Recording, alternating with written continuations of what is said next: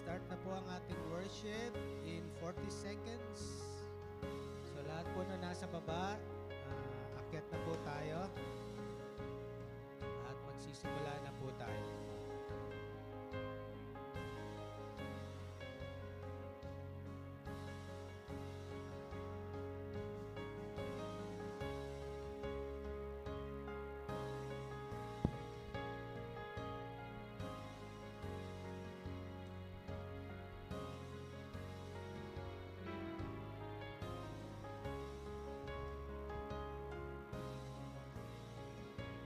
Po na nasa baba, akyat na po tayo.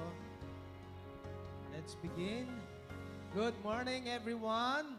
Morning po. Ayan. Are you happy you are here in the house of the Lord? Amen. Ayan. Sabi nga nung Psalms, I was glad when they said unto me, let us go into the house of the Lord. Let's read our call to worship. Let's all rise. Samahan niyo po ako.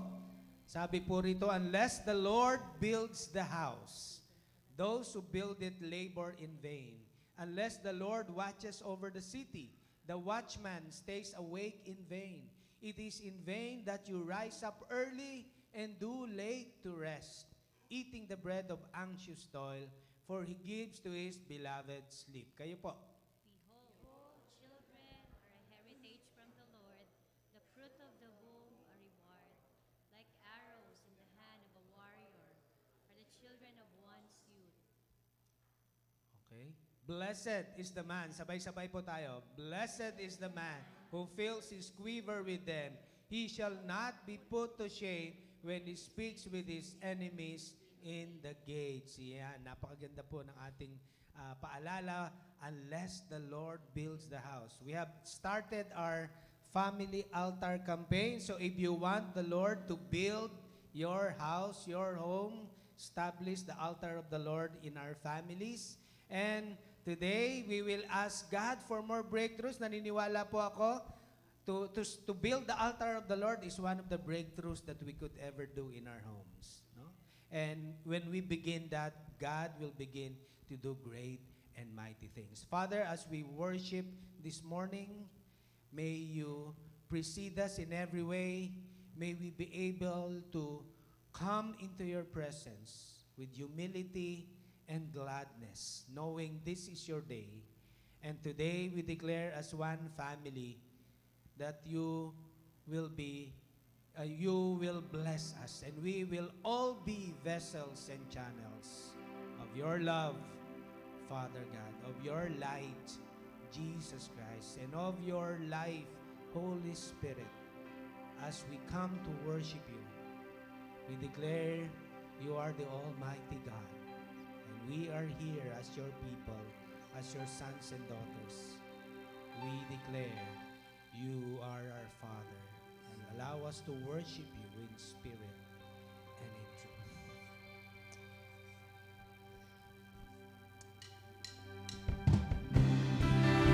Come on, let's clap our hands. Sabay-sabay po tayo. 1, 2, 1.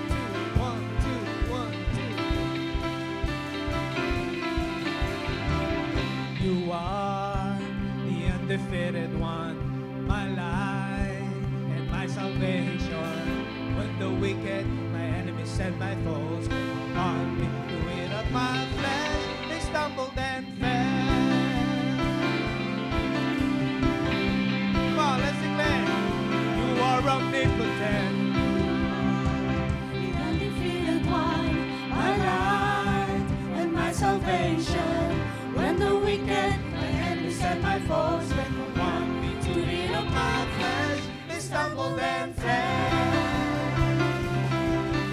All together now, you are omnipotent, Omnipotent, Almighty, Defender, my victory, my my refuge. refuge. No one around you. You are the God. You are the God of the breakthrough. Come on, let everybody say breakthrough, breakthrough, breakthrough. You are the God of the breakthrough. When I can't see my way through, and I really don't know what to do, I look to you. I shout through. Strongholds break when I break through. So I'm gonna praise you. You are the God. You are the God of the breakthrough. Are you excited for the Lord this day? If you want God to do great and mighty things, let's sing this from our hearts. You are the undefeated one. You are the undefeated one, my light and my salvation. When the wicked, my enemies and my foes came upon to eat up my flesh, they stumbled and fell. Yes, oh Lord, thank you. You are omnipotent, Omnipotent, almighty, Almighty, defender, Defender, my victory, my victory, my refuge, my refuge. the one I run to. You are the God. You are the God of the breakthrough. Come on, let's declare it from our hearts with our spirit. Breakthrough, breakthrough, Breakthrough, you are the God of the breakthrough. When I can't see my way through, and I really don't know what to do, I look to you. Breakthrough, walls fall down when I shout through. Strongholds break when I break through. So I'm gonna praise you. You are the God. You are the God of the breakthrough. You are the God of the breakthrough. When I can't see my way through, and I really don't know what to do, I look to you. Breakthrough, walls fall down when I shout through. Strongholds break when I break through. So I'm gonna praise you. You are the God. You are the God of the breakthrough. I want you to look into your heart right now. Right now, God is here in our midst, and He wants you to ask Him for breakthrough to happen in your life. And if you want that to begin right now, you just have to declare it. You just have to believe it in your heart. Remember, you belong to God. You are His son. You are His daughter. And He can do great and mighty things in your heart, in your mind, in your life right now. Let's sing this from our hearts. Let the breakthrough begins in our heart. Breakthrough in my heart, breakthrough in my mind, breakthrough in my spirit, breakthrough in my soul, breakthrough in my weakness, breakthrough in my struggle. You are the God. You are the God of the breakthrough in my worship, breakthrough when I praise, breakthrough when I live and glorify your name, breakthrough when I dance, breakthrough when I shout. You are the God. You are the God of the breakthrough in my heart, breakthrough in my mind, breakthrough in my spirit, breakthrough in my soul, breakthrough in my weakness, breakthrough in my struggle. You are the God. You are the God of the breakthrough in my worship, breakthrough in my praise, breakthrough when I live and glorify your name, breakthrough when I dance, breakthrough when I shout. You are the God. You are the God of the breakthrough. You are the God of the breakthrough. When I can't see my way through, and I really don't know what to do, I look to you. Breakthrough, walls fall down when I shout through. Strongholds break when I break through. So I'm gonna praise you. You are the God. You are the God of the breakthrough in my heart, breakthrough in my mind, breakthrough in my spirit, breakthrough in my soul, breakthrough in my weakness, breakthrough in my struggle. You are the God. You are the God of the breakthrough in my worship, breakthrough in my praise, breakthrough when I live and glorify your name, breakthrough when I dance, breakthrough when I shout. You are the God. You are the God of the breakthrough in my heart, breakthrough in my mind, breakthrough in my spirit, breakthrough in my soul, breakthrough in my weakness, breakthrough in my struggle. You are the God. You are the God of the breakthrough in my worship, breakthrough in my praise, breakthrough when I live and glorify your name, breakthrough when I dance, breakthrough when I shout. You are the God, you are the God of the breakthrough, breakthrough, breakthrough, breakthrough, breakthrough, breakthrough. You are the God, you are the God of the breakthrough.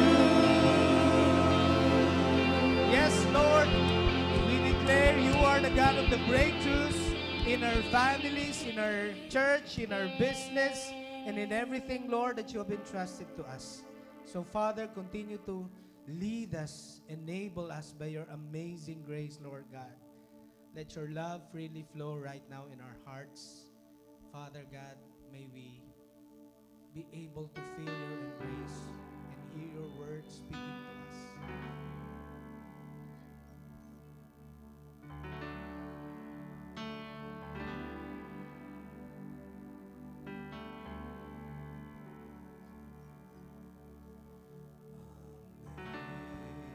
Amazing grace, how sweet the sound that saved a wretch like me. I once was lost, but now I'm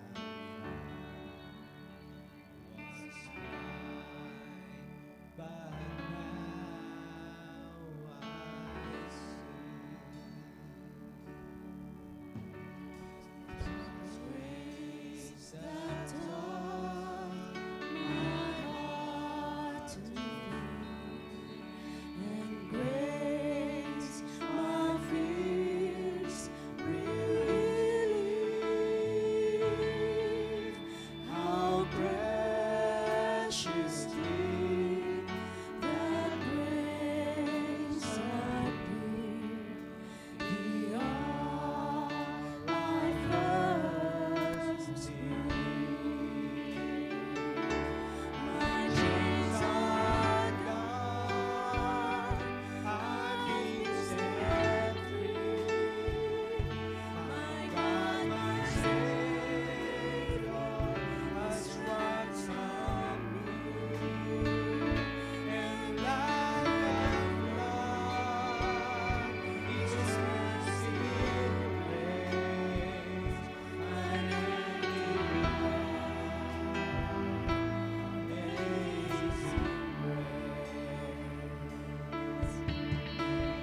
amazing grace, how sweet the sound that saved a wretch like me. I once was lost, but now I'm found. Was blind, but now I see. His grace that taught my heart to feel, and grace my fears relieve. How precious did that grace appear, the hour I first my chains are gone, I've been set free. My God, my Savior, has transformed me, and like a flood, His mercy reigns, unending love, amazing grace. The Lord has promised you. The Lord has promised good to me. His word, my hope, seek you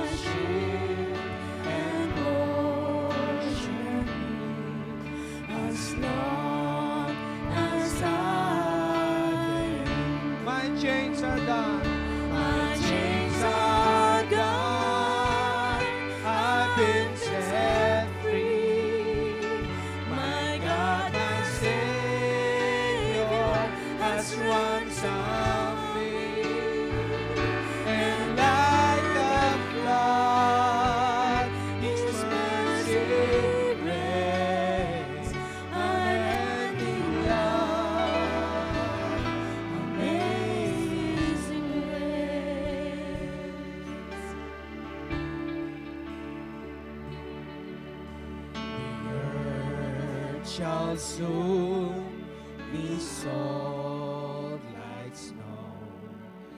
The sun forbear to shine, but God who called me here below will be forever mine. Will be forever mine. You are forever mine.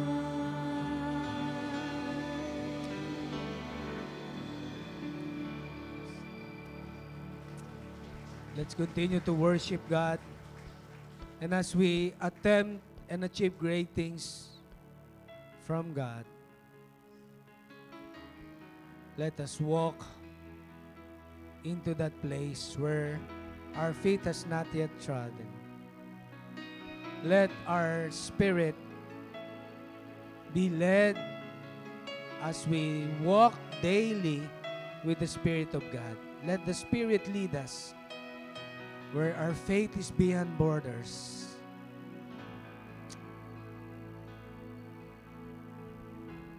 You call me out upon the waters, the great unknown,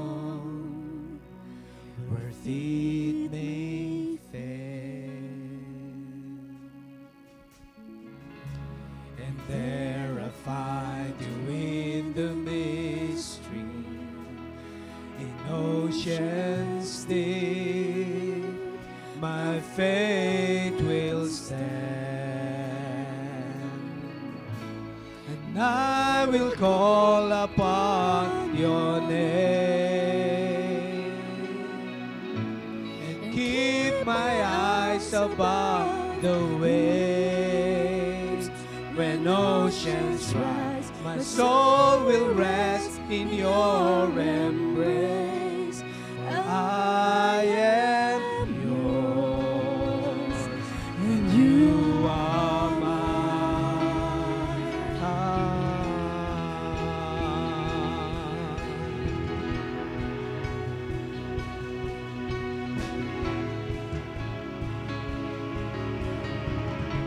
Your grace abounds in deepest waters.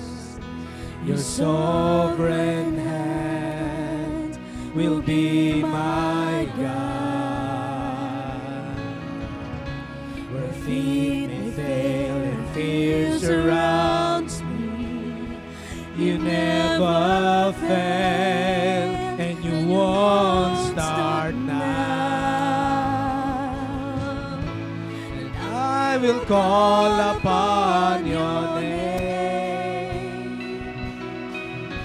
and keep my eyes above the waves. When oceans rise, my soul will rest in your embrace. For I am yours, and you are mine.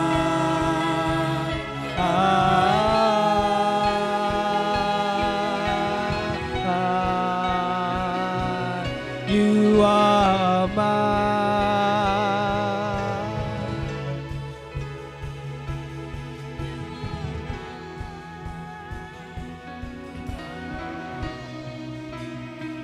Come on, let's say it from our spirit. Spirit, lead me where my trust is without borders. Let me walk upon the waters wherever you would call me. Take me deeper than my feet could ever wander, and my faith will be made stronger in the presence of my Savior. Spirit leads me where my trust is without borders. Let me walk upon the waters wherever you would call call me. Take me deeper than my feet could ever wander, and my faith will be made stronger in the presence of my Savior. Spirit, lead me where my trust is without border. Let me walk upon the waters wherever you would call me. Take me deeper than my feet could ever wander, and my faith will be made stronger in the presence of my Savior.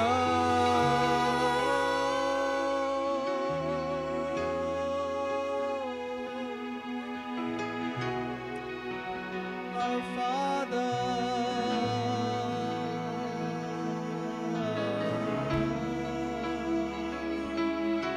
oh Jesus,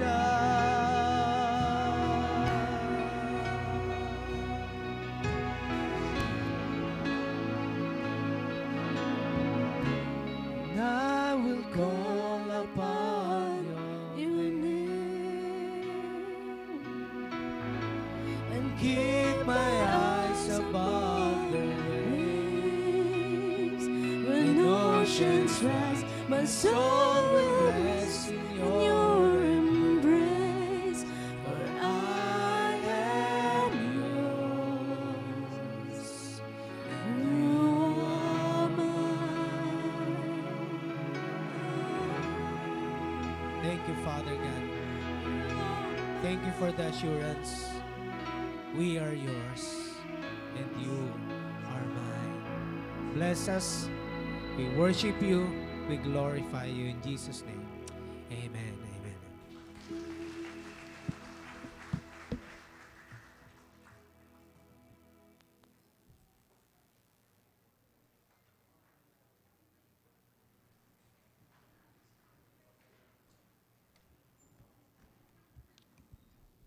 Magandang umaga po sa bawat isa. Ngayon po ay unang linggong muli ng month ng Pebrero. Kaya gaganapin po natin ang Lord's Communion po mamaya at patuloy po na tayo po ay sama-sama na makibahagi sa dulang ng ating Panginoon. Tayo pong lahat ay minsan pa tumayo at samahan niyo po ako sa pagbasa po ng salita ng Panginoon. Ito po ay sa Isaiah chapter 54 verses 1 to 10. Sabay-sabay po tayo. 1, 2, 3, go. Never bore a child, bars into song, shout for joy. You were never in labor, because more children of the set than of her who has husband, says the Lord. Enlarge the place of your tent, stretch your tent curtain wide. Do not hold back, lengthen your cords, strengthen your stick. 3 to 4, for you will spread out of the right and to the left. Your descendant will dispossess nation and settle in their desolate cities. Do not be afraid, you will not put to shame. Do not fear disgrace, you will not be humiliated. You will forget the same, your youth. 5 to 6,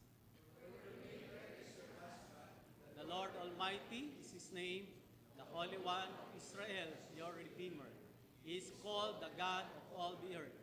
The Lord will call you back as you were as wife, deserted and distressed in spirit, a wife who married young, only to be rejected, says your God. For a brief moment I abandoned you, but with deep compassion I will bring you back. In a surge of anger, but with everlasting kindness, I will have compassion on you, says the Lord, your Redeemer. Last, to me, this is like the day of Noah, when a sword of Noah will never.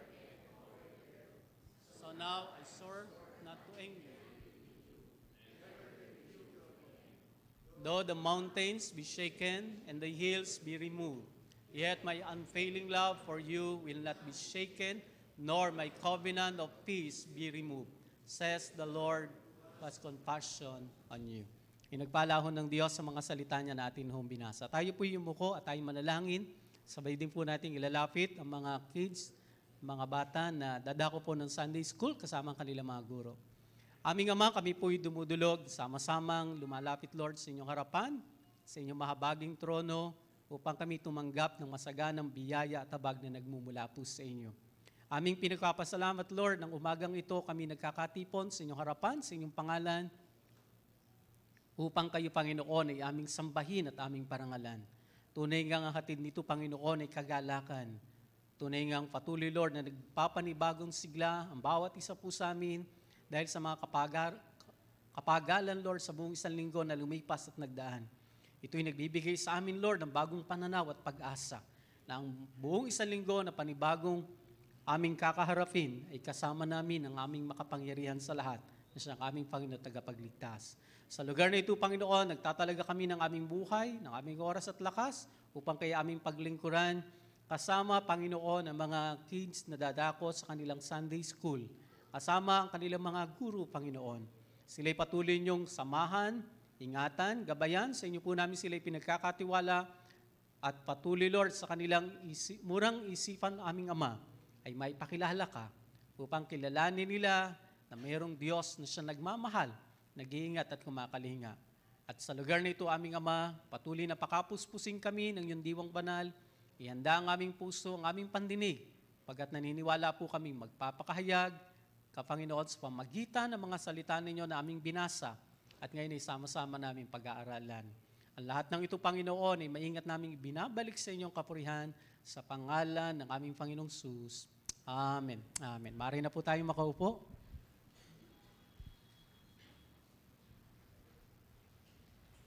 Ang bahagi po na pag-aaralan po natin ngayong umaga ay mensahe po na na-share ko po kahapon sa isang conference sa lugar po ng Bulacan. Kaya kung kahapon ay na-share ko po ito, naisip ko na ito po ang ating pag-aralan kung paano ang bawat say na pagpala at tayo patuloy din po na dalhin at hamunin ng ating Panginoon mula sa kanyang mga salita. Nabasa na ho natin mula po sa verse 1 hanggang verse 10 ng chapter 54 ng Book of Isaiah. Ito din po ang tema po ng National Anniversary, itong darating po na March. Kaya una ho tayong nakapag-aral ng ating tema po para sa anniversary. Ang ating pag-uusapan ho ngayon, attempt great things for God and achieve great things from God. Bago nating pag-aralan at laliman ng pag-uusap sa bagay pong ito, minsan na na-share ko na po sa inyo, itong sinasabi po ng ilang Bible scholar. The Book of Isaiah is a miniature Bible for the following reason. Sinasabi po nila, ang Book of Isaiah ay parang isang maliit na Bible o ng Biblia. Ito ay dahil sa ilang mga kadahilanan. Dahil ang Book of Isaiah ay meron daw pong 30,000 words at ang Bible ay meron pong 30,000 verses. Ang Isaiah ay nahati po ito sa dalawang bahagi. At ang Bible ay meron din pong dalawang bahagi, Old and New Testament. Ang first section po ay 39 chapter, ang Book of Isaiah. At ang Bible po ay meron 39 books sa Old Testament. Ang Isaiah, ang pangalawang bahagi ay meron 27 chapter at ang Bible ay meron 27 books, ang New Testament. At ito ang gusto nating tingnan. Yung first section po ng Isaiah ay style of condemnation and end with the curse. Ito ay sinasabi po sa Isaiah chapter 39, verse 6 hanggang 7. At ang Bible, ito din makita natin yung unang bahagi, style of condemnation and end with the curse. Ito yung sa Book of Malachi. At yung second section po ng Book of Isaiah, general style of hope and begin with good news. At yung pong Bible ay the same din ho, yung sa Matthew chapter 1, verse 18 to 25, yung kapanganakan ni Jesus Christ. Bakit ko ito nabanggit? Sapagkat yung pong pangalawang bahagi o second section ng Book of Isaiah ay nandun yung chapter 54 na ating pag-uusapan na ang pinaka-highlight, hope, at yung pong good news o yung mabuting balita. Kaya ho atin nung pag-usapan at tingnan natin ang background, ang konteksto ng chapter 54. Pag tinignan natin ang chapter 54, may naunang chapter at ang previous chapter ay ang chapter 53 na makikita ho natin ang chapter 53, speak of the Christ sacrifice on Calvary. Dito ay makikita ho natin yung propesiya ng suffering, death ni Jesus Christ. Kaya ho pinapakita na merong redemption, na merong katubusan sa atin ho mga kasalanan. Kaya ho isinunod po agad ang chapter 54 and then tingnan natin ang chapter 55, speak of gospel call and the blessing upon the word. Ibig sabihin, kapag namatay si Kristo at muling nabuhay, kailangan lumaganap ang Ebanghelyo dahil ang hatid ay pag-asa at buhay sa mga nakakapakinig ng mabuting balita. Kaya ho binanggit ang chapter 54, speak of the church in preparation for the enlargement. Kaya nga binanggit sa chapter 2 ng chapter 54, o verse 2 ng chapter 54, enlarge, stretch, palawakin, patatagin, dahil po ipangangaral ang mabuting balita. Kaya ho ang atin hong pinaka-main idea sa umaga pong ito, we must attempt great things for God and achieve great things from Him in preparation for the church enlargement. Kailangan no, ang church o ang Israel ay maging ready. Kailangan ang church o ang Israel, noong time mo na yun, maging preferred dahil po lalaganap ang Ebanghelyo, lalaganap ang mabuting balita. Ang sabi nga po doon, kakalatan ninyo ang mga bansa, ang mga lungsod na kanilang iniwan sapagkat palalaganapin ang mabuting balita. Sa panahon natin ho ngayon, para ho ito sa ating ngayon, ang church dapat ready, prepared sa mga bagay na gagawin ng Diyos. Ang kailangan ho natin, attempts great things for God and achieve great things from God. Pag-usapan ho natin, tatlong bagay ho. Number 1, we can attempt great things for God when we belong to the Lord. Dapat tayo ho ay kabilang sa Panginoon. Never po na mag-attempt po tayo o gumawa po tayo ng mga dakilang bagay para sa Diyos or God kung hindi ho tayo kabilang sa Kanya. Dapat ho maintindihan natin tayo ay kabilang sa Diyos. At yan ang sinasabi po ng Diyos dahil ang konteksto ho nito, ang mga Israelite dahil sa katigasan ng kanilang ulo, sila ho ay dinala from Jerusalem to Babylon. At after 70 years na pangako ng Diyos, ipinahayag ang propesiya, ang sabi ng Panginoon, for a brief moment I abandon you, but with deep compassion I will bring you back. Tayo ay ibinabalik sa Diyos. Tayo nababalik sa Diyos. Hindi ho dahil sa tayo mabait. Hindi ho dahil sa tayo mabuti. Kung hindi ho with deep compassion. Dahil sa biyaya ho ng Diyos, dahil sa habag ng Diyos, dahil sa kagandahang loob ng Diyos, muli tayong ibinabalik sa Diyos. At kung tayo po inaibalik ko sa ating Panginoong Diyos, number 1, we are forgiven. Dapat to, na maintindihan natin, tayo'y pinatawad na ho ng Diyos.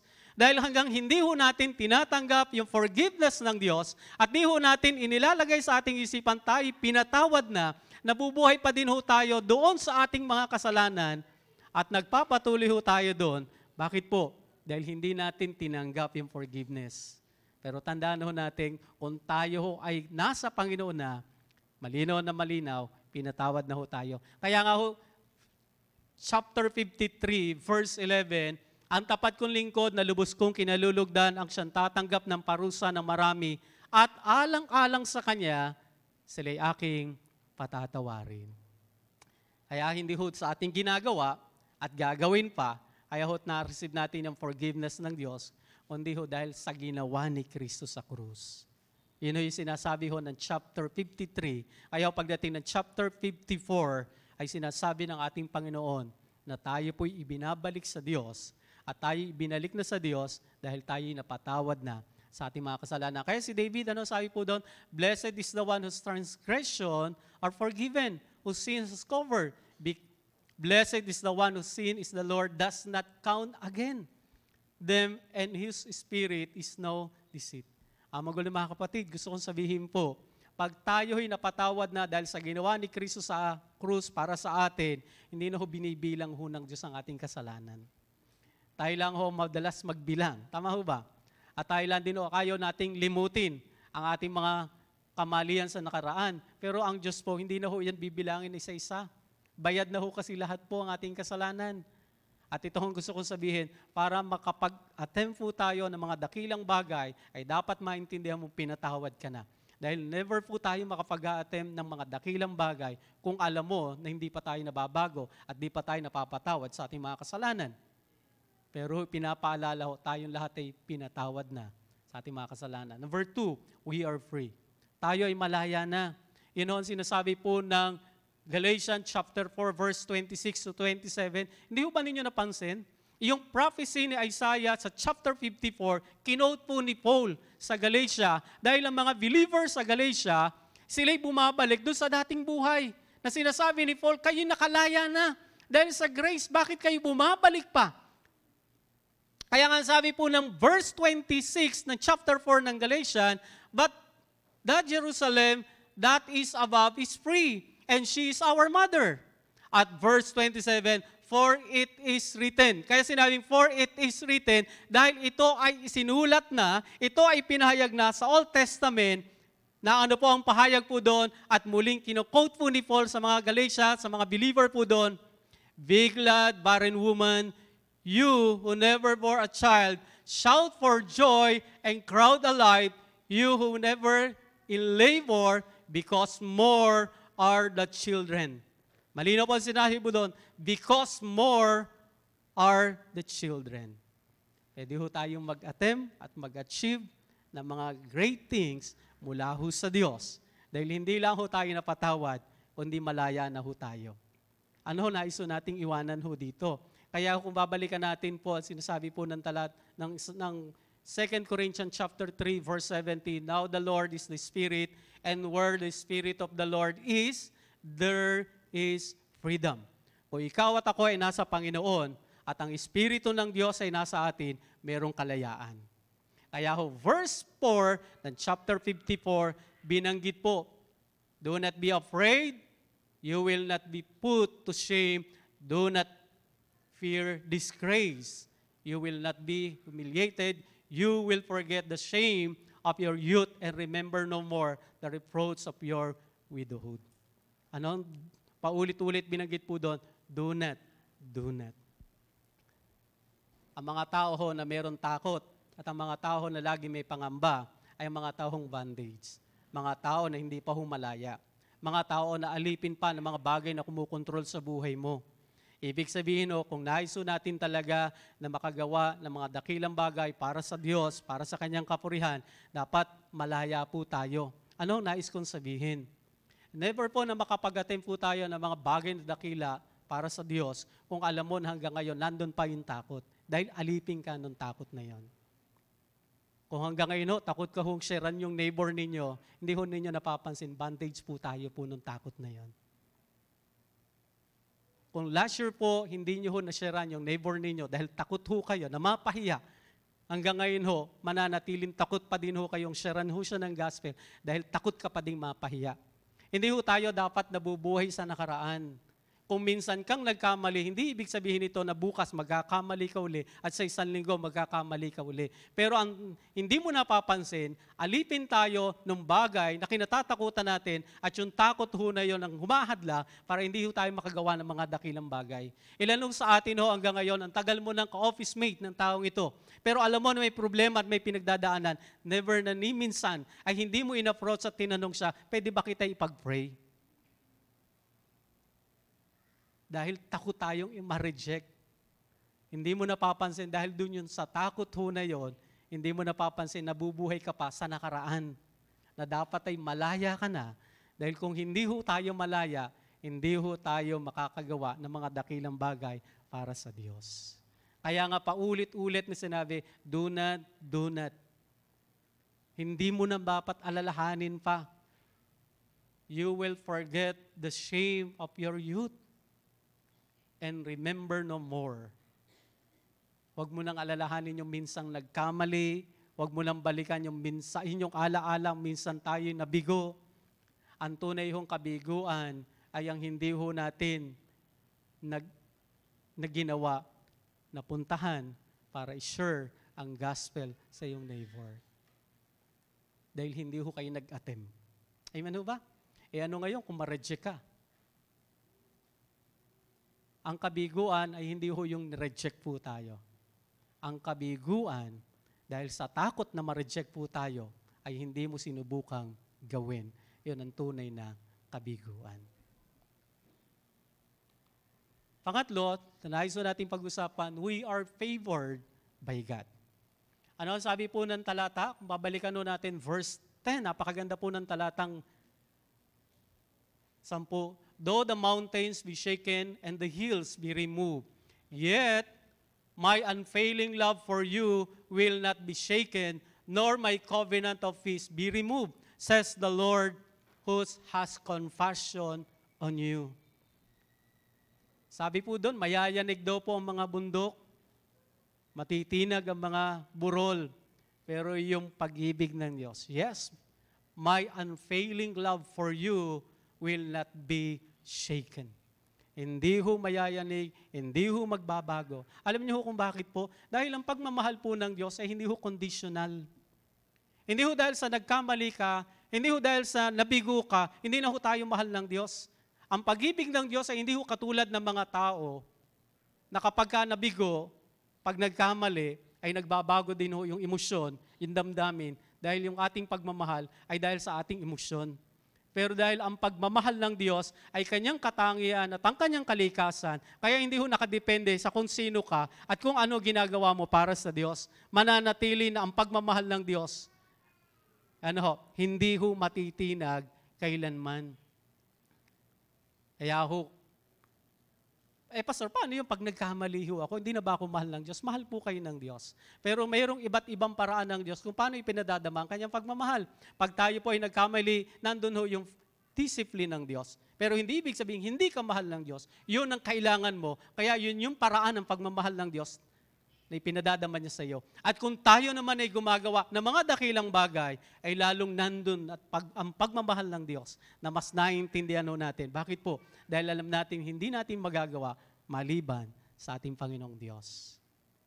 Pag sinabi ho nating favor, ito ang ibig sabihin ng favor. The favor of God can be described as a divine kindness or an act of true compassion on the part of God Himself toward needy and undeserving human recipients. Tayo po yon. Hindi ho tayo deserve dun sa pagmamahal po ng Diyos na yon. Pero alam niyo ho, dahil sa favor ng Diyos, yung mercy, yung grace ay naranasan ho natin. Para ma-communicate ko sa inyo, minsan ho, ay pumunta ho ako sa bangko para lang ho yung passbook na hawak ko ay ma-update. Sobrang haba ho ng pila. Nung makita ko ng manager, sabi niya, Pastor, na-acknowledge na pastor ako, then pinaupo niya ako doon sa kanyang opisina. Kinuha niya po yung passbook, tinawag po ang isa sa staff, teller, sabi niya, paki-update mo to. And then binalik sa kanya, ibinalik po sa akin. Ano ang favor po doon? Hindi na ako dumanho doon sa mahabang pila. Alam niyo kung tayo po ay nagkasala, dapat ang isang sinner, ang isang makasalanan, parusahan ng Diyos. Dapat ang isang makasalanan, dapat pagdusahan ng kanyang maling ginawa. Pero dahil sa mercy ng Diyos, dahil sa grace ng Diyos, hindi na ho tayo dumaan ho doon.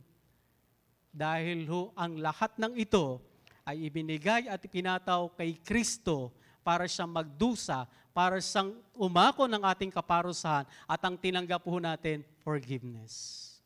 Yun ang salitang favor na dapat ang isang makasalanan ay pagdusahan niya ang punishment na nararapat at naukol sa kanya. Pero lahat ng iyon, ibinigay kay Kristo at ang tinanggap natin ay yung grace ng Diyos. At sa ating pinag-uusapan ho ngayon, we are forgiven, we are free, we are favored by God para ho mag-attempt at mag-achieve ng mga dakilang bagay para sa Diyos at mula ho sa ating Diyos. Don't lean on the past, learn from it, and move on. Hindi ho tayo dapat ho talagang nabubuhay sa nakaraan. Tama ho ba? Dahil kung tayo nabubuhay sa nakaraan, hindi ho kayo makaka-move on. Ang tama ho, sa nakaraan, matuto ho tayo. Learn from it and move on. Ayan. Sa mga teenager ho, na nag-break ho kayo ng boyfriend nyo o ng girlfriend nyo, pag di ho kayo nakamove on, di ho kayo makaka-alis dun sa dating damdamin at kalagayan. Tama ho ba? Dapat mag-move on ho tayo. Ayan. Sa buhay spiritual, ganun din ho. Kung magkamaling minsan, kung nabigo ho minsan, patuloy ho tayo. Dahil ang tinitingnan ho ng Diyos ay kung paano kang muling babangon matapos na tayo'y bumaksak dahil sa pagkakasala.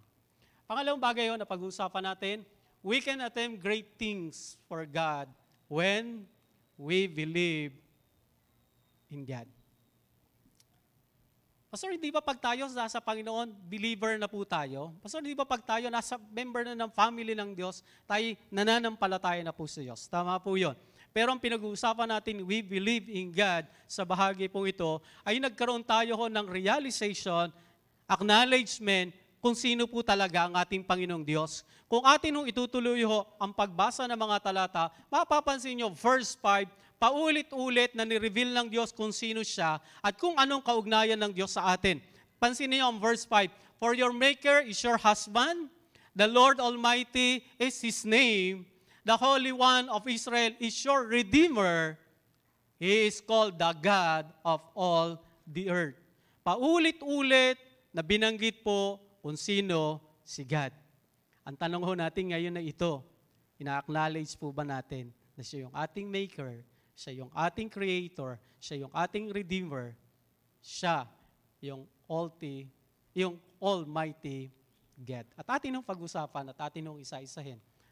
Pag sinabi ho natin na we believe in God, ito ang sinasabi lang po doon, the key to attempting great things for God and achieving great things from Him is realizing that He is the one accomplishing the work through us. Ito ho yung hindi ho tayo makakagawa ng mga dakilang bagay at mag-expect ng mga dakilang bagay sa Diyos dahil sa ating sarili.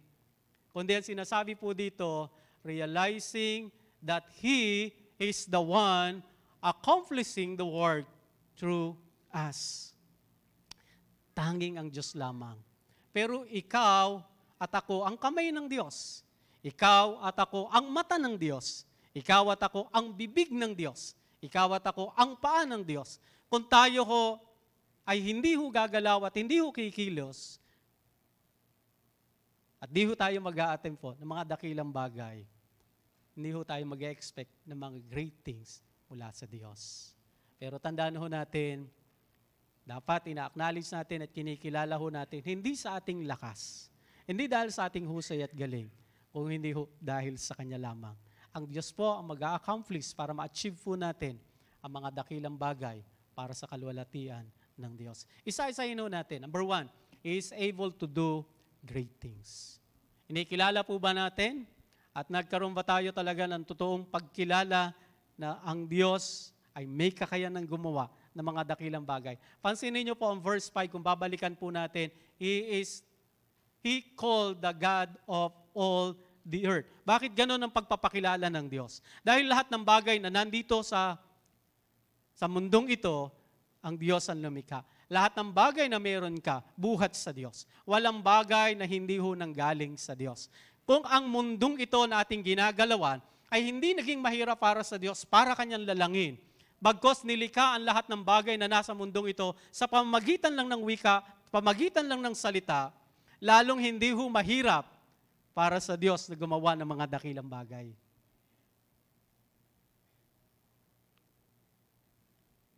Dahil kakayanan at makakaya ng ating Panginoong Diyos because He is able to do great things. Sa pamagitan nyo, sa pamagitan ko, sa pamagitan ng church, pamagitan ng bawat isa, ang Diyos po ay makakagawa ng mga dakilang bagay. Number 2 na gusto natin tingnan, He is the Almighty God. Pag sinabi natin He is the Almighty God, He is the Sovereign God. Nothing is impossible with Him. Walang bagay na imposible sa Diyos. Walang bagay na mahirap sa Diyos. Totoong sa atin, imposible. Totoong sa atin, mahirap. Pero kung ang Diyos ay kasama natin at gumagawa sa buhay po natin, walang bagay na hindi mapangyayari ng ating Panginoong Diyos. Kaya yun yung sinasabi ho ng verse 5, The Lord Almighty is His name. Sapat nang sinabi po doon, the Lord Almighty. Pero bakit sinabi po doon, the Lord Almighty is His name? Dahil pag sinabing pangalan, kung sa atin po ito'y tumutukoy sa atin. Tama ho ba? Ang Marikina ho, lagi meron hong parade dito, angkan-angkan. Sorry po kung may masagi. Ano ho. Di ba dito meron angkan-angkan, angkan ng mga hubad. Bakit tinawag na angkan ng mga hubad? Kasi nakahubad lagi. Bakit meron ho angkan ng kampana? Yan. Bakit po? Sorry po kung may nagkataon lang. Ano? Ibig sabihin, yung pangalan ninyo ay tumutukoy sa atin. Tama ho ba? Kaya nung sinabi po doon, the Lord Almighty is His name, ay pinapaalala sa mga Israelita at sa bawat isa ho sa atin, siya ho yung sovereign God, walang imposible sa Diyos. Walang hindi mapangyayari ang ating Panginoon sa buhay ninyo. Ang Diyos po ay naghahanap lang ho ng mga anak niya na nag-a-attempt at nag-a-achieve ng mga dakilang bagay para sa Diyos. Pangatlo is our Redeemer. Ano sabi nga po ng verse 5, the Holy One of Israel is your Redeemer. Ibig sabihin lang ho nito, kung nagkamali ka ho minsan, huwag mong kakalimutan, siya yung ating manunubos. Amen ho ba? Kung minsang natubos ka ng Diyos, actually hindi naman paulit-ulit na kailangan kang tubusin. Sapat na ang minsang namatay si Kristo. Pero lang pala ipaalala sa iyo at huwag kang hihinto at huwag kang susuko kung nagkamali kang minsan. Siya ho ang ating the Holy One of Israel is your Redeemer. Ibig sabihin, wala hong maraming pwedeng tumubos. The Holy One, siya lang ho talaga ang tumubos sa iyo minsan. At kung ngayon ay nabigo kang minsan pa uli, siya ho yung ating Redeemer. Para lang muling bumangon ka, muli kang tumayo at magpatuloy sa nais ng ating Panginoong Diyos. Panghuli po dyan sa pangalawang bahagi na pinag-usapan natin, He is the compassionate God. At verse 8, alam niyo ba na yung word na compassion ay paulit-ulit na binanggit po dyan. 3 times na na-mention yung word na compassion. You know, sa verse 8, I will have compassion on you. At kung babalikan natin muli at isa-isa, verse 7, ang sabi po doon, but with deep compassion I will bring you back. At verse 8, na binasa na ho natin kanina, I will have compassion on you. At verse 10, na kanina ibinasa natin, says the Lord who has compassion on you. Ano ho ibig sabihin pag sinabi natin compassionate God? Ang ibig sabihin lang ho nito, ang Diyos po ay hindi lang po able to do great things. He is willing to do great things. Gusto niya ho talaga. Ang isang parents, ang isang magulang, ano ho ang pinapangarap po niya? Ang maging matagumpay ang kanyang anak. Ang ma-accomplish, ma-achieve niya yung kanyang mga pinapangarap sa buhay. Kung ang ating mga magulang, yan ang kasiyahan, hindi po ba lalo ang ating Diyos? Kaya ho ang nais niya, sabi nga ho kanina, enlarge. Dahil ang nais niya ay ma-achieve natin, ma-accomplish natin yung nais ng Diyos sa buhay ninyo. Because He is a compassionate God. Wala ho siyang ninanais kung hindi ho tayo. Dahil walang mahirap, wala imposible sa Diyos, pero sa atin maraming imposible at maraming mahirap para sa atin. Kaya ho nandun ang Diyos. Para ho ma-accomplish ho natin sa pamagitan ng Diyos at ang Diyos ang nabibigyan ng kalwalatian. Gusto ko lang i-share po sa inyo, ang dalawang picture na nakikita ho ninyo ay nirepresent po ng kaming dalawang magkapatid. Dalawa lang ho kami magkapatid. Ate ko ay pinanganak 1970, ako ay pinanganak 1971. Dahil ang mother ko nga at madalas ko nababanggit, 37 years old nung magpakasal. Kaya ho para wag abutan ng tawag ko doon, mag-menopause ang mother ko, agad sumunod ho ako. Nung pinag-aaral ho kami ng parents ko, wala akong problema. Nung high school ho kami, dahil ho sa public school lang ho kami nag-aaral. Ang tuition ho namin noon, 25 pesos. Hindi ho mahirap, kayang-kaya. Pagka-graduate po ng ate ko, pinag-isa po siya ng father ko. Pero matalino ho ang sister ko, graduate po siya with honor, salutatorian po siya. Pero pinag-isa po siya ng father ko at pagka-graduate ko ng high school, saka ho kami mo pinag-aral ho ng kolehiyo. Ang sabi ng father ko, yun ang malaki niyang nakita na dapat pala pinagtuloy-tuloy niya ang sister ko. Dahil nung high school kami, hindi problema. Ang pag-aaral, dahil 25 pesos lang. Eh nung magkolehiyo na ho kami at naka-enroll na ho kami sa Centro Escolar, first semester po, 4,000. Eh dalawa ho kami, 8,000. Classmate po kami ng ate ko dahil parehas po kami ng course. BS Commerce, magkaiba na lang ho kami. Nung second year po kami, dahil banking and finance po siya, major in management. Pero ito ho ang sabi ng father ko. Pag inisip niya, yung gastos namin araw-araw, napapasok ko kami, kailangan ng pamasahe, kailangan ng budget sa food, sabi ng father ko, at pag inisip niya, pag dumating ang prelim, examination, ang midterm at ang final, eh hindi kami kayang pag-aralin. Pag inisip niya, hindi kami kayang pag-aralin dahil ang laki yun ang pinagkaiba. Nung high school, 25 pesos lang. Eh biglang sumunod na taon, 4,000, 4,000, 8,000, eh yung daily expenses ay napakalaki din ho. Ang sabi ng father ko, pag inisip niya, hindi niya kami kayang pag-aralin. Ang ginawa na lang ho ng father ko, hindi na niya inisip kung mapag-aaral kami o hindi. Bawat araw, papasok kayo. May baon kayo, wala, papasok kayo. Hanggang nakagraduate ho kami na hindi niya napansin na pagtapos niya ho kami. Kaya ho, from 1988 hanggang 1992, nakagraduate po kami ng ate ko. Siya ho, nag-apply na ho ng work. Diretso na ho siya sa bangko. Ako naman, diretso na ho nun sa Bible school. Agad nag-enroll na ho ako sa Bible school. Pero ang sabi ng father ko, pag kinumpute niya, pag in-estimate niya, pag inisip niya, yung laki na expenses namin, hindi niya kami mapag-aaral. Pero ang ginawa na lang niya, pinapapasok kami araw-araw, bahala na si Lord hanggang nakatapos po kami. Ano ho, moral lesson ho nito? Sa lawak ho ng ministry, pag inisip ho natin, ang unang conclusion natin, hindi ko kayang gumawa ng mga dakilang bagay. Pero kapatid, ang gusto ko lang i-challenge sa inyo, gawin nyo lang. Mag-attempt po tayo. I-achieve ninyo, mag-expect po tayo. Hindi nyo napapansin, sa tulong ng Diyos, nakakagawa kayo ng mga dakilang bagay. Kung iisipin nyo lang ho na hindi nyo kayang sharean ng gospel ang inyong neighbor, hindi nga ho kayo mag-a-attempt. Dahil sa mindset ninyo, sa isipan ninyo, hindi nyo kayang gawin na sharean ho ng gospel. Pero kung mag-a-attempt po kayo, napuntahan ng neighbor ninyo para ho makipag-usap, para lang ho makipagkwentuhan, hindi nyo ho napapansin, sa loob ng 1 buwan, naging kaibigan mo na siya, pero hindi mo din napapansin na sharean mo na siya ng gospel. Dahil ang iniisip po natin agad, pag ang isang tao ay kinausap po natin, agad yung tao ho na yon, i-share at i-present ang ebanghelyo. Kaya ho agad natatakot tayo na ma-reject po tayo. Pero bakit hindi mo isipin na ang taong ito ay mahal ng Diyos? Kaya ho kakausapin ko siya. At kung ano man ang madama ko na pangangailangan niya, ay doon ako magmi-minister. Kung malaman ko na mayroon siyang problema, mag-a-advise ako sa kanya or makikinig ako sa panahon nagkukwento siya. At kung ma-discern ko na mayroong member ng pamilya na may karamdaman, mag-offer po tayo. Pwede ba kita ipag-pray? At kung in-accept niya, ipag-pray niyo siya.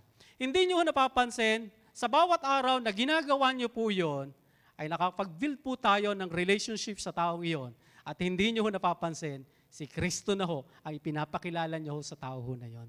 Kaya ho tayo natatakot at ayaw ho nating mag-attempt ng mga dakilang bagay dahil ang ating kaisipan, kapag ang taong ito ay kinausap ko, at para masabi ko lang na na-win ko siya, ay dapat na i-share ko sa kanya ang ebanghelyo.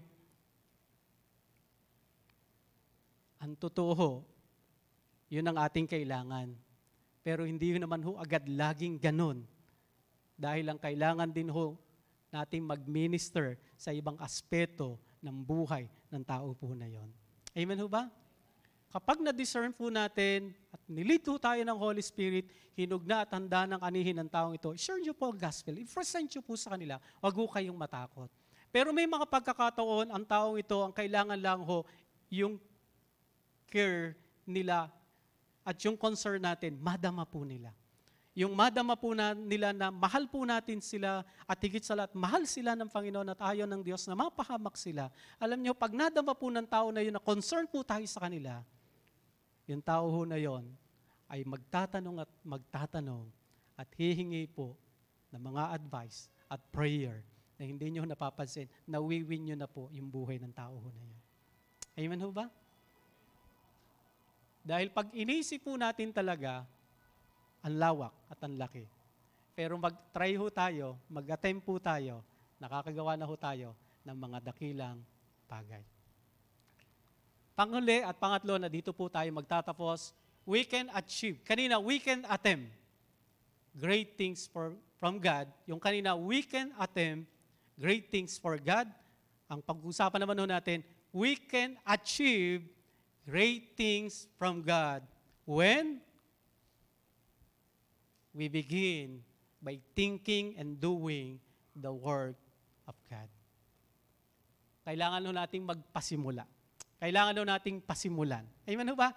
Kung hindi ho kasi nating pasisimulan, hindi ho tayo makakapag-expect at makaka-achieve ng mga dakilang bagay mula sa Diyos.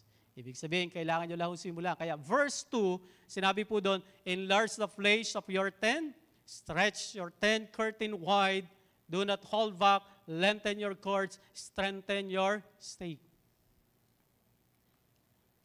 Dahil verse 3, ito ho ang dahilan, for you will spread out to the right and to the left, your descendant will dispossess nation and settle in their desolate cities. Isa-isahin ho natin yung verse 3.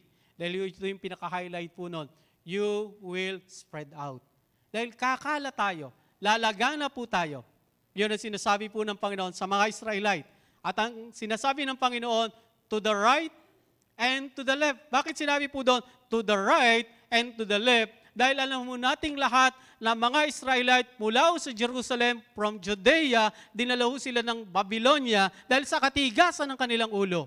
At dahil sa kanilang katigasan ng ulo, tayo ng mga Gentile ay inabot po ng grace ng ating Panginoong Diyos. Kaya nga sinasabi po doon, to the right and to the left, dapat maging ready ang church, maging prefer ang Israel, dahil nga kakalat kayo sa mga lugar, sa mga bansa, at sa mga city. Pero kung kakalat at hindi ho ready at prepared ang church, paano na? Kailangan maging prepared at ready. Kaya sabi po doon, descendants settle in their desolate cities. Dispossession nation and desolate cities. Ikaw po yon, tayo po yon. Sa panahon natin ngayon, ay palalaganapin dahil po sa ang grace ay nag-overflow mula ho sa Israel, mula ho sa mga Israelite, umabot ho sa ating mga Gentile ang biyaya ng Diyos. John 14 verse 12, very truly I tell you, whoever believes in me will do the work I have been doing, and they will do ever greater things than this, because I am going to the Father. Highlight po natin yon. They will do even greater things. Tayo daw ho ay makakagawa ng mga dakilang bagay higit pa sa nagawa ho ni Kristo. Ang dahilan, I am going to the Father. Pero explain ho natin, baka magkaroon ng misinterpretation po. Yung salitang, they will do even greater things, hindi ho yung quality ng ministry ni Kristo. Siya po ay Diyos, kaya ho siya pumuhay ng patay.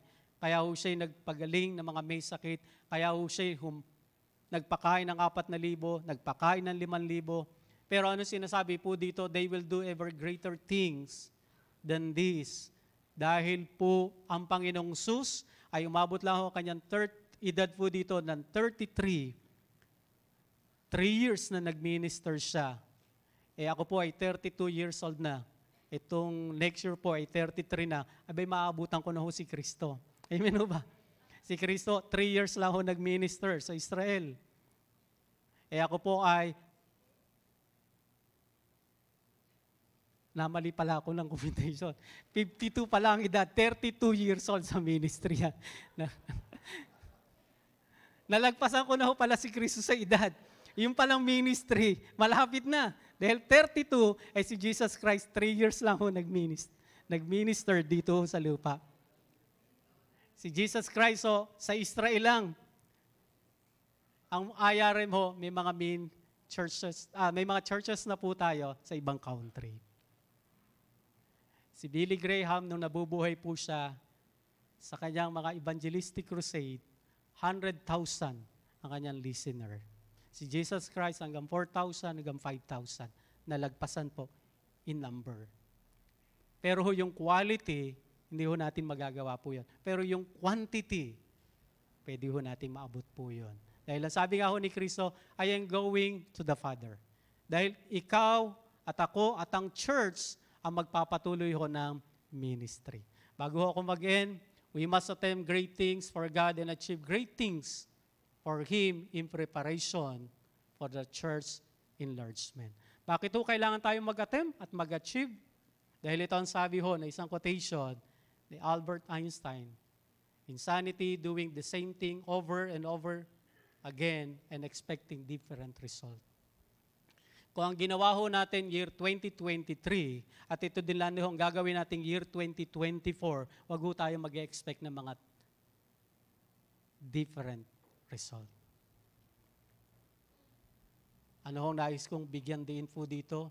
Si Jesus Christ, dalawa lang hong binigyan din niya. My food, said Jesus, is to do the will of Him who sent me and to finish His word. Sa buhay po natin, dapat ang kalooban ng Diyos ang ating ginagawa at sinisikap na tapusin ang gawain ng Diyos. Sa akin hong pagtatapos, gusto lang hong tingnan ng ilang mga picture na kung saan mga existing ministry ng ating church.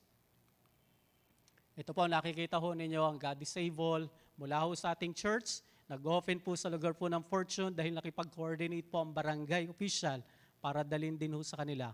Mag-gather ang mga disabled sa lugar po na yon.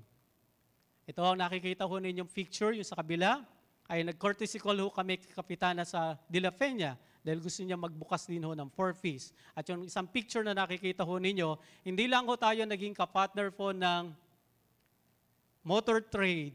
Nagbukas na ho ng Bible study every Friday dito sa Motor Trade Vian. At yung katapat ho nating motor trade po dyan, nire-renovate lang ho nila yung kanilang lugar. And then after ng renovation, mag-i-start na po uli ng ministry sa lugar po na yan. Nakikita ho natin ang Monterey at ang Peña Francia. Nakita ho natin ang NVS, Pastor David, at ang LSC. At nandyan po ang Bulelak at ang Balintawak. At kung nais ho natin na talagang maka-achieve ng mga dakilang bagay, mag-join po kayo sa family altar. Kung hindi pa ho ninyo nababasa ang buong Bible, huwag niyong hayaang matapos ang taong ito na hindi ho ninyo nabasa. Ibig sabihin ho, kung nais ho ninyo mag-attempt ng mga dakilang bagay, mag-join po kayo at matatapos ho ninyong mabasa ang buong Bible. Pero bakit ko pinakita ang mga bagay pong ito? Mga magulang, mga kapatid, yung mga existing ministry ho na yan, nandyan po ang mga workers at kami po yun. Pero kung kami at kami lang din ho ang gagawa ho ng ministry, magpapatuloy po yan. Pero wag ho tayong mag-expect ng different result. Pero kung mag-join po kayo at kasama ho namin kayo sa ministry, mag-expect po tayo ng different result. Mag-achieve po tayo ng mga dakilang bagay mula ho sa Diyos dahil kasama ho namin kayo sa ministry. Hindi ho kami napapagod sa ministry. Ang gusto ko lang i-communicate, may limitation ng aming kakayanan.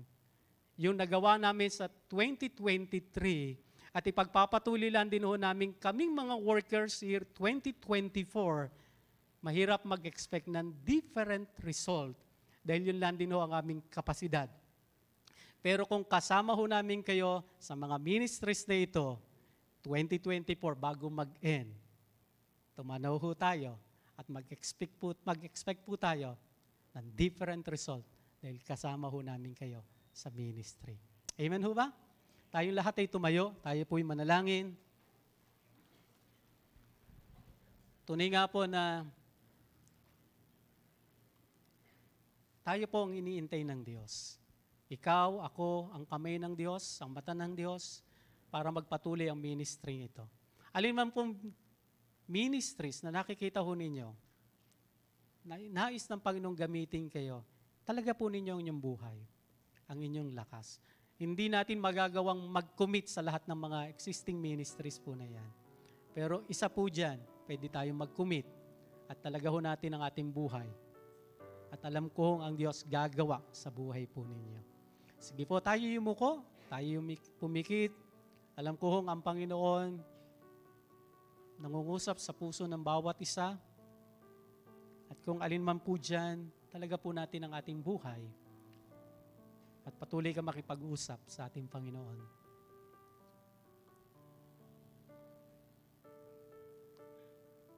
Panginoon, tunay ngang napakalawak, napakarami ng aanihin, ngunit kulang na mag-aani.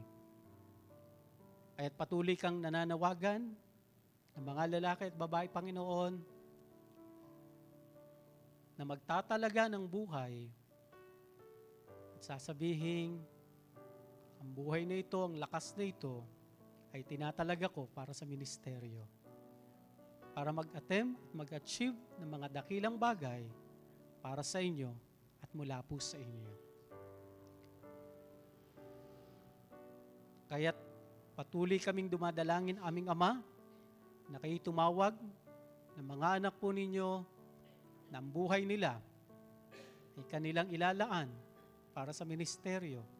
Sa gayon, maging handa ang church, ang Iglesia o God sa mga dakilang bagay na gagawin po ninyo. Dahil mahal mo, Panginoon, ang iyong Iglesia. At naniniwala po kami na ito ang nais po ninyo. Sa gayon, Panginoon, sama-sama po kami bilang isang congregation, bilang isang pamilya. At sa gayon, Panginoon, ay maging handa at ready, Panginoon, ang church sa dakilang bagay na ihahayag ninyo sa buhay ng bawat isa. Ito po ang aming panalangin at ang lahat ng ito ay nihilin po namin sa tanging pangalan ng aming Panginoong Jesus. Amen. Amen.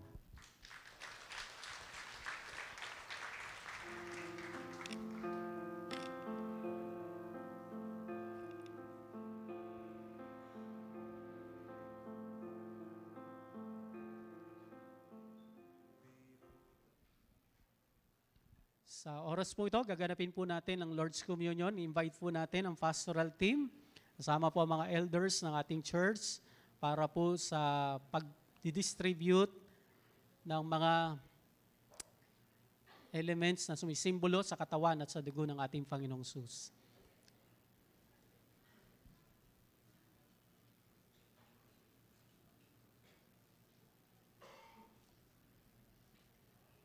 Sige po, invite po natin ang Pastor Art para siya mag-lead sa prayer bilang paghahanda. Patuloy tayo magpasiyasat sa ating Panginoon bago po ipamahagi at bago po nating tanggaping sabay-sabay. Pwede po bang mahilingan kayong tumayo? Tayo po ay mananalangin. Dakilang Diyos, sa oras pong ito, kinikilala po namin ang iyong dakilang pag-ibig na ipinadama sa bawat isa sa amin. Salamat po sa kaligtasan, sa biyaya mo, Panginoon, sa pagpapatawad sa lahat ng aming mga kasalanan. Sa oras pong ito ay amin pong inaalala ang iyo pong ginawa para sa aming mga buhay. At nawa, O Diyos, linisin mo po ang aming mga puso, patawarin mo po kami sa aming mga pagkakasala at pagkukulang sa iyo. Loobin mo po na maging karapat-dapat ang bawat isa sa amin sa pag-partake ng banal na hapunan ng aming Panginoong Yesus. At nawa, sa paggawa namin ito, ay patuloy na magpasigla ng aming pananampalataya at ng aming paglilingkod sa iyo, Panginoon. Marami pong salamat. Pinupuri ka namin, pinapasalamatan sa pangalan ng aming Panginoong Yesus. Amen. Amen. Maraming salamat, Pastor. Maaari na po tayo makaupo. Hintayin po natin ang lahat mapagkalooban at matapos ang bawat isa ay nabigyan na, sabay-sabay po nating tatalaga bago po nating tanggapin.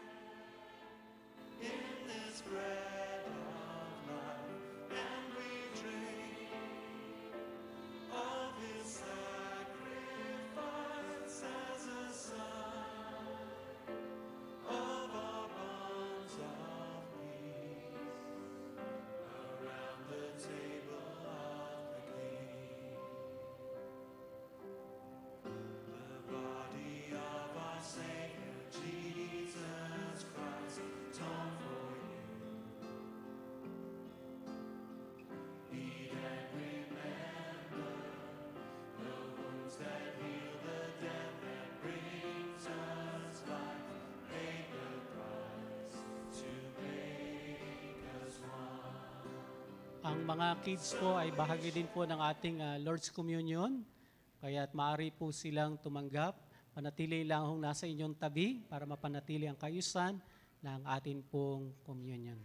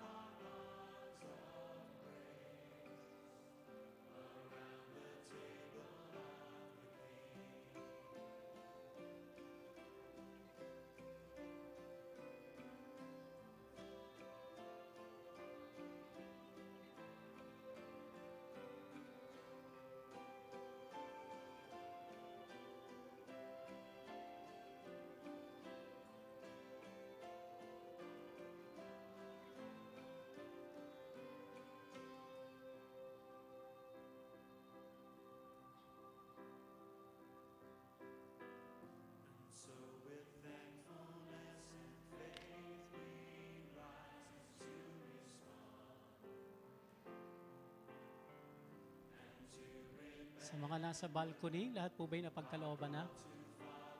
Wait lang po para po sa grapes.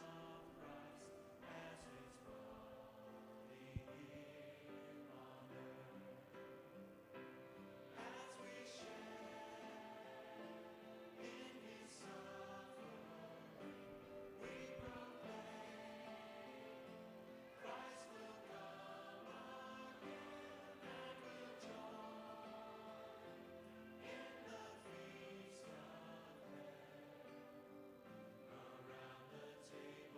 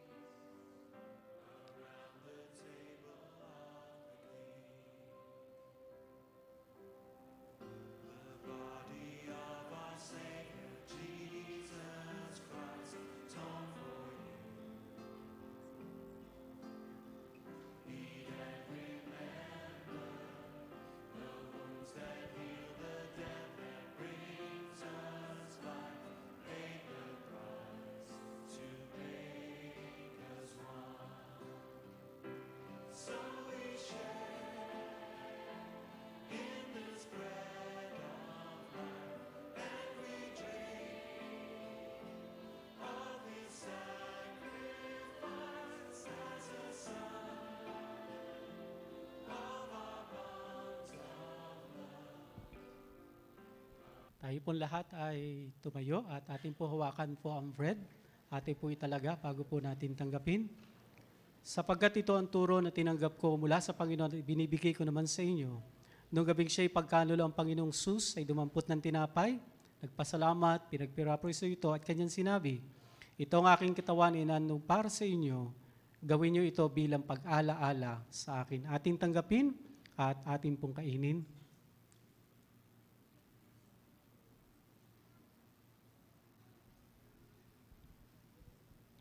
Hawakan po natin ang kopa, ang saro at ating po italaga. Matapos maghapunan ay dumampot siya ng kopa at kanyang sinabi, ang kopang ito ng bagong tipan ay pinagtitibay ng aking dugo. Tuwing iinom niyo ito, gawin niyo bilang pag-ala-ala sa akin. Sapagkat sa tuwing kakain kayo ng tinapay na ito at inom sa kopang ito, ay pinapahayag ninyo ang kamatayan ng ating Panginoong Sus hanggang sa kanyang muling pagparito. Ating tanggapin at ating pong inumin.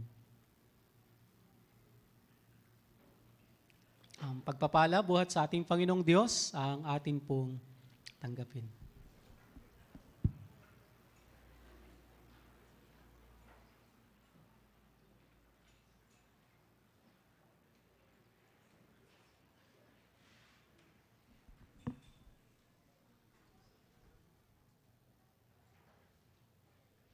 For our offering, Psalm 96 verses 7-9 says, ascribe to the Lord, all you families of nations.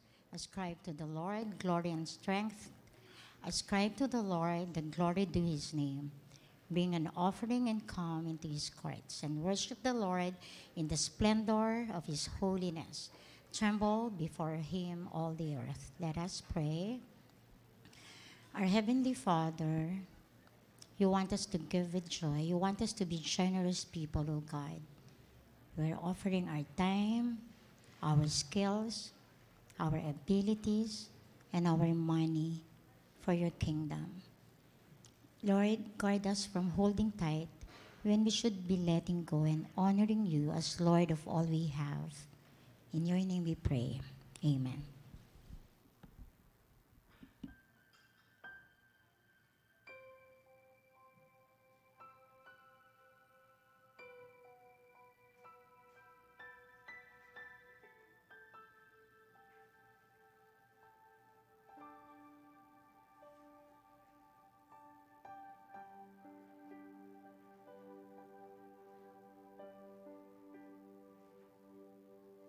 Parang alon sa dagat, ika'y dumating.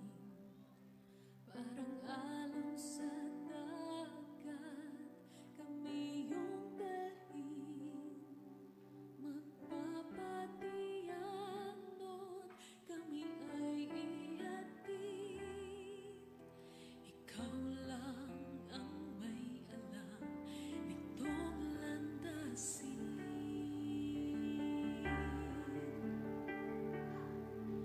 Parang alon sa dagat, ika'y dumating.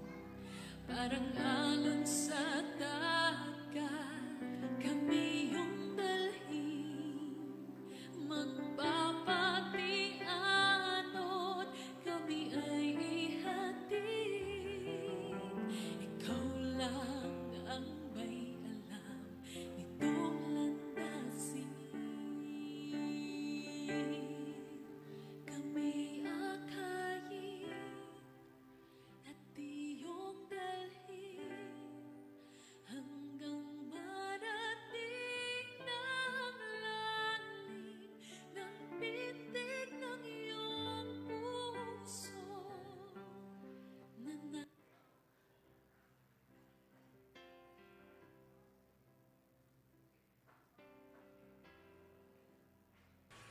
Dinggin mo, O Yahweh, ang aking dalangin. Lingapin mo ako sa aking pagdaing. O huwag ka sanang magkubli sa akin, lalo sa panahong may dusa't bigat. Okay, the last thing I need is to be heard, but to hear what you would say. Word of God, speak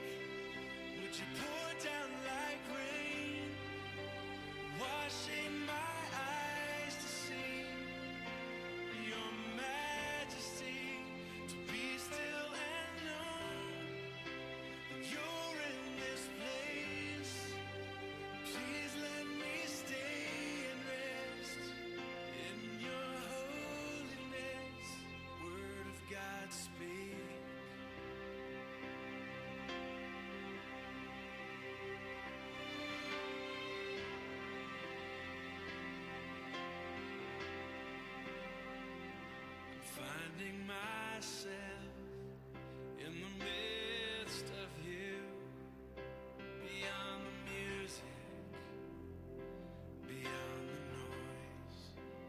All that I need is to be with you, and in the quiet. Good morning po. Yan. Dalawang announcement lang po na mahalaga bago po tayo dumako sa closing prayer and benediction. Una po, sa February 22, meron pong mentoring. That is Thursday, 7:30 ng gabi. Encouraging all M group leaders to attend. And also, kung meron po kayong mga members na may hinahawakan na pong grupo, sila din po ay in-encourage na mag-join. At yung pong nakikita nyo na mga membro nyo na potential leader, ay pwede rin po silang mag-join. Kailan po yon? Ayan, February 22. Pangalawa po, yung ating pong live stream ay ire-replay po mamayang 2:00 po ng hapon. So yun po yung ating mga announcement. At tayo pong lahat ay tumayo. Nais ko pong mag-invite sa sino man po na nagdaos po ng wedding anniversary, birthdays. Please come forward. Kung kayo po ay may mga tanging kahilingan, panalangin, kayo po ay hinihiling ko na lumapit sa unahan. Meron po kayong nararamdaman sa oras na ito. Atin pong ipag-pray sa Panginoon yung mga sakit na yan. Sige po, you can come forward.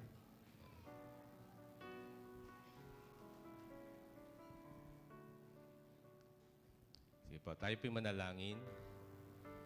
Lord, we thank you for your word. Salamat po sa pagpapala at biyaya at kalakasan na inihahatid o dinadala sa buhay namin ng iyong mga banal na salita.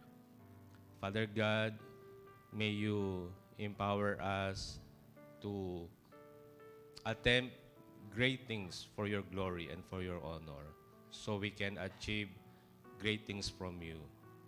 Tulungan mo po kami, Panginoon, sapagkat sa ganang aming mga sarili, hindi po namin ito kayang gawin. Tulungan mo po ang bawat sa amin sa pamagitan ng kapangyarihan ng banal na Espiritu. And Father God, I pray sa mga anak mo na lumapit sa unahan. Maring po ito'y pasasalamat dahil po sa sumapit na wedding anniversary. Kayo po ang magpapala sa kanila pong buhay bilang mag-asawa. Kayo po, Panginoon, ang patuloy na maging sentro ng kanilang pagsasama at ang kanilang buhay ay patuloy na matayo. Ang maging pundasyon ay walang iba kundi ang iyong mga salita. Patuloy mong pagpapalain ang kanilang pagsasama at lalong magiging matatag at matamis ang pagmamahalan sa isa't isa na ikaw po, Panginoong Yesus, ang nagpapala sa buhay nila. Gayon din sa mga nagdaos po ng kaarawan, pagpalain mo po ang buhay nila. Salamat po sa panibagong taon na idinagdag mo sa kanilang mga buhay. At ang mga taon na idinadagdag, Lord, ay patuloy po na magamit para lamang sa iyo. Gayon din, Panginoon, sa mga lumapit na meron pong mga tanging kahilingan, kayo po ang kumatagpo, Panginoon, ng kanilang mga kahilingang panalangin. Maaring ito'y sa pamilya, kayo po ang magpala ng kanilang pamilya. Maaring ito ay pangangailangan, kayo po ang mag-provide ng kanilang pangangailangan. Maaring ito po ay wisdom, dahil po pwedeng naharap sa pagdidesisyon, kayo po ang magbigay ng guidance, ng wisdom, Lord, sa Kanya. Maaring ito po ay kagalingan sa karamdaman. Kayo po, Panginoon, ang magbibless ng kanilang lupang katawan at kayo po magbibigay ng kagalingan sa iba't ibang karamdaman, Panginoon Diyos. Dalahin ko po, Ama, ang iyong pagpapala sa iyong mga anak na narito sa unahan na lumapit. Kayo po ang kakatagpo sa kanilang mga pangangailangan. Ngayon din ang bawat isa na narito sa iyong bahay-sambahan. Patuloy na pagpalain mo ang iyong mga anak, ang kanilang mga trabaho, ang kanilang mga pamilya, ang kanilang mga hanap buhay, negosyo. Kayo po ang magpapala, Panginoon. At habang patuloy na nararanasan namin ang iyong pagpapala, mas lalo mo naman pong makita sa amin ang lubusan namin na pagtatalaga ng buhay at pagsunod sa iyong salita at sa iyong kalooban. Tulungan mo din kami, Panginoon, na amin pong yakapin at pahalagahan ang iyong mga salita sa aming buhay. Na ito pong aming family altar, Panginoon, ay patuloy na maisagawa ng bawat pamilya upang sa ganon, ang bawat pamilya ay maging matatag sa iyong mga salita at upang umunlad ang bawat isa sa pananampalataya. Maraming salamat po at inaalala po namin ang aming pong mga kamanggagawa na pinagpahinga mo na. Ang kanilang mga pamilya po, ang aming pong ipinapanalangin. Ang isa po ay sa Nueva Ecija, ang isa po ay sa Camarines Sur. Dalangin po namin yung mga pamilya nila, Panginoon, ay aliwin mo po sila, patatagin mo po sila, at kayo po ang mag-provide ng kanilang mga pangangailangan. At sa sandaling ito, Panginoon, loobin mo pong igawad ang iyong mayamang basbas sa iyong mga anak. Mga magulang, mga kapatid, tanggapin po natin ang hindi nagmamaliw na pag-ibig ng Diyos, ang pagpapala at pagliligtas ng ating Panginoong Jesucristo, ang kapuspusan, kaaliwan ng banal na Espiritu, ngayon, bukas at magpakailan pa man, ang lahat ng anak ng Diyos ay magsabi ng Amen. Amen. Amen. Are you blessed today? Amen. Sabi po sa ating mensahe, we can attempt and achieve great things from God because we belong to God, we believe in God, and we can begin to think and do great and mighty things for the Lord because our God is a God of breakthroughs.